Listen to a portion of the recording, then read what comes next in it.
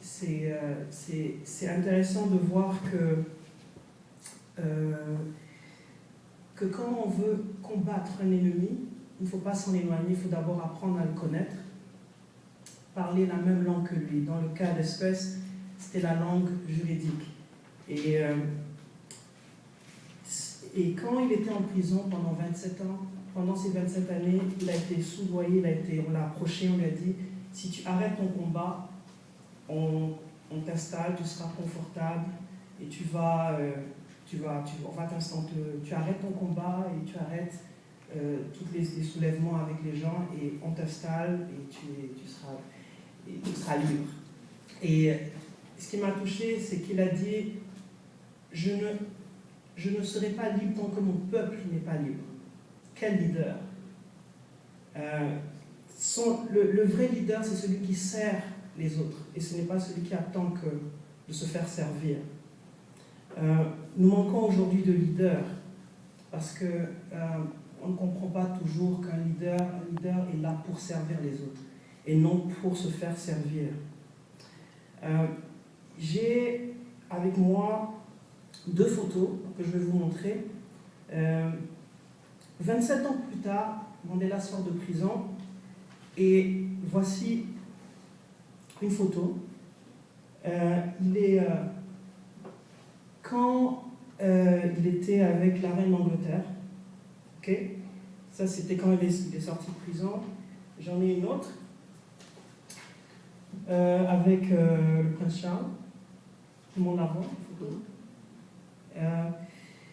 Voici des personnes, il y a aussi d'autres leaders qui étaient là pendant son combat, qui étaient là pendant qu'il était en prison et qui n'ont pas supporté, qui n'ont pas défendu pendant qu'il était en prison. Mais à la fin, quand il est sorti de prison, là maintenant il peut avoir comment dire en anglais, une ride dans la voiture. Hein? C'est ça. Mais en fait, je ne voudrais pas être sarcastique, je voudrais juste dire que la conviction du respect de la dignité humaine sont les prix du sacrifice. Et quand ton caractère est intègre, même ton ennemi devient ton ami à un moment. Le leader, je fais une différence entre... Ça m'a amené à faire la différence entre un leader et un politicien. Un politicien se préoccupe de son élection, simplement, et un leader se préoccupe de la nouvelle génération. Et comme Sarah l'a mentionné, il a fait un seul mandat, et pendant son mandat, il préparait son successeur, il lui a dit, ça sera ton tour, c'est toi qui vas être nouveau le président, et ainsi de suite. Un politicien se préoccupe de sa position, un leader se préoccupe de sa disposition à aider. Un politicien veut garder le pouvoir, et un leader veut donner le pouvoir aux autres. Le politicien poursuit le pouvoir et le leader poursuit le service. Le dernier point, c'est le pardon. Mandela est sorti de prison et a pardonné à tout le monde, pardonné à tous ceux qui l'ont oppressé, qui l'ont mis en prison. Et voilà, c'est la dernière photo que j'ai emmenée. Voici Frédéric de Clercq, qui était président pendant qu'il était en prison. Et voici une photo qui symbolise la force du pardon. Parce qu'après 27 ans en prison, je ne suis pas sûre qu'on est prêt à pardonner. Il y a beaucoup de gens, on ne pardonne pas les gens de notre propre communauté. J'ai des gens qui ne parlent plus à leur ex-femme,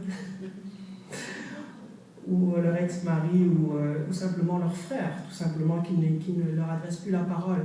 Mais Mandela a pardonné à ces gens qui l'ont oppressé pendant 27 ans et demi, presque 28 ans.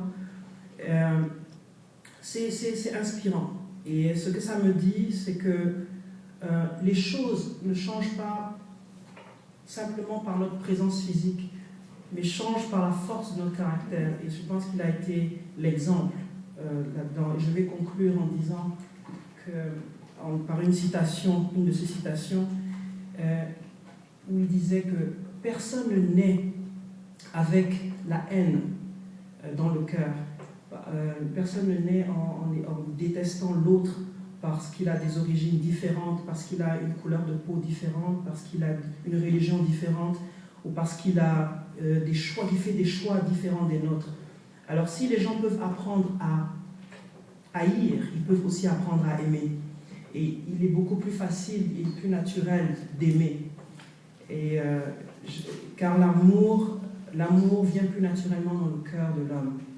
Alors, à partir de là, c'est un véritable privilège d'être là avec vous, avec autant de personnes de qualité, d'intellectuels. Et je repars avec cette inspiration afin qu'on puisse faire une différence dans nos familles, une différence dans notre entourage et dans nos communautés. Merci.